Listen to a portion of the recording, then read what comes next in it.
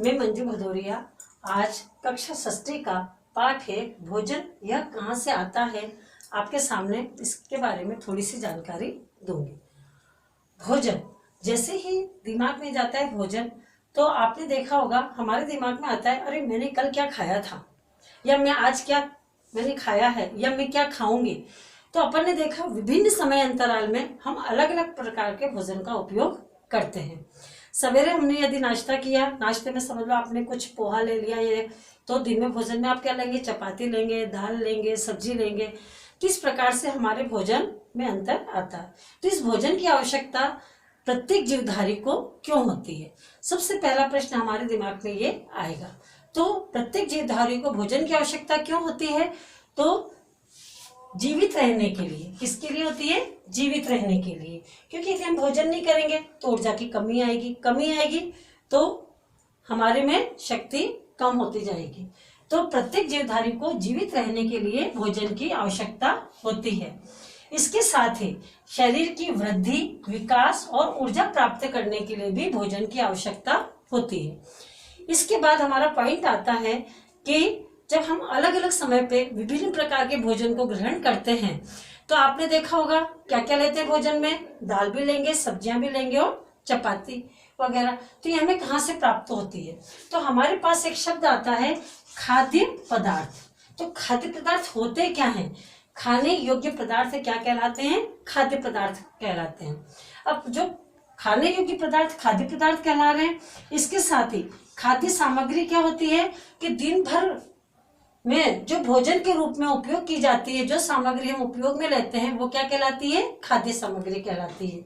इसके साथ ही जो ये खाद्य सामग्री है ये हमें कहाँ से प्राप्त होती है, या इनके स्रोत कौन कौन से हैं। तो आपको जानकारी होना चाहिए कि भोजन के स्रोत कौन कौन से हो जाएंगे, पादप और जंतु। अब हम पादप स्रोत के बारे में जानकारी लेंगे। प्राप्त होते हैं अनाज होती है, सब्जियां होती हैं। सब्जियां विभिन्न प्रकार की जो हम काम में लेते हैं, जैसे पत्ता गोभी है, आलू है, टमाटर है, बैगन है, मिर्ची है और भी कई अन्य प्रकार की।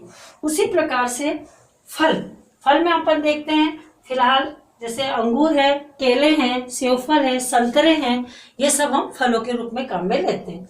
ये सब हमें कहाँ से प्राप्त होते हैं, पादप से। इसी प्रकार से जंतु से भी हमें भोजन प्राप्त होता है। जैसे आप लोग दूध का सेवन करते हैं, दूध देख रहे हैं आप, अभी दूध कहाँ से मिलता है हमें, गाय से, भैंस से, बकरी से, है ना। तो दूध, उसके साथ ही अंडे भी हमें कहाँ से प्राप्त होते हैं, मुर्गी से, है ना। तो मुर्गी से अंडे प्राप्त कर रहे हैं, तो ये भी क्या है, जंतु उत्पाद है, इसलिए ये जंतु स्रोत में आता है।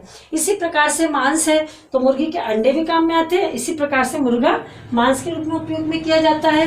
तेल भी विभिन्न प्रकार के जो बनाए जाते हैं वो भी जंतुओं की चमड़ियों से बनाए जाते हैं। ये तो हो गया भोजन के स्रोत। अब हम आगे पढ़ेंगे, एक शब्द हमारे आता है खाद्य संगठक। खाद्य संगठक, पहले हमें दिमाग में होना चाहिए कि संगठक होता क्या है। तो संगठक वे पदार्थ है जिनकी भोजन तैयार करने में आवश्यकता होती है। भोजन तैयार करने के लिए हम जिन जिन चीजों को काम में लेते हैं वो क्या कहलाता है, खाद्य संगठक। जैसे आप रोटी बनाते हैं, रोटी में क्या किस किस की आवश्यकता होती है, आटे की और पानी की। इसी प्रकार से जब हम चावल बनाते हैं तो चावल में किसकी आवश्यकता होगी, चावल की और पानी की। इसी प्रकार से खीर बनाएंगे, खीर में किसकी आवश्यकता होगी, ये दूध की और चावल की और साथ ही चीनी की। इसी प्रकार से यदि हम रायता बनाएंगे तो किसकी आवश्यकता होगी, छाछ की और उसके साथ हम जो बूंदी डालते हैं उसकी। इसी प्रकार से हम सलाद तैयार करते हैं तो सलाद में हमको पत्ता गोभी भी चाहिए, मिर्ची भी चाहिए, टमाटर भी चाहिए, प्याज भी चाहिए। इसी प्रकार से हम तो जो संगठक अवयव है ये क्या कहलाएंगे, रोटी के संगठक क्या हो गए, आटा और पानी। जैसे ये बाटी है, बाटी के संगठक अवयव क्या क्या होंगे, अब आप खुद ही जानकारी लेंगे और अपनी बुक में नोट करेंगे कि बाटी में क्या क्या मिलाया गया था। बाटी में क्या था, आटा था, तेल भी डालते हैं हम, सोडा भी डालते हैं, अजवाइन भी डालते हैं। इस प्रकार से अपन और भी जो भी खाद्य सामग्री है उनका संगठक अवयव अपन तैयार कर सकते हैं। जैसे इडली बना रहे हैं अपन, है ना, डोसे बनाते हैं, इन सब की जानकारी भी आप खुद घर बैठ करके अपनी तालिका तैयार कर सकते हैं। इसके बाद जो हमारा एक पॉइंट आ रहा है कि पादप के खाने योग्य भाग, किसी भी पौधे के कौन कौन से भाग खाने में काम में आते हैं। ये पौधा दिख रहा है आपको, तो कोई भी पौधे के जो खाने योग्य भाग होते हैं वो कौन कौन से होंगे। कोई पत्ती के रूप में खाया जाता है, किसी पौधे की पत्तियों को हम काम में लेते हैं, जैसे पालक है, मेथी है, साथ में जैसे धनिया की पत्तियां हैं, ये हम सब काम में लेते हैं।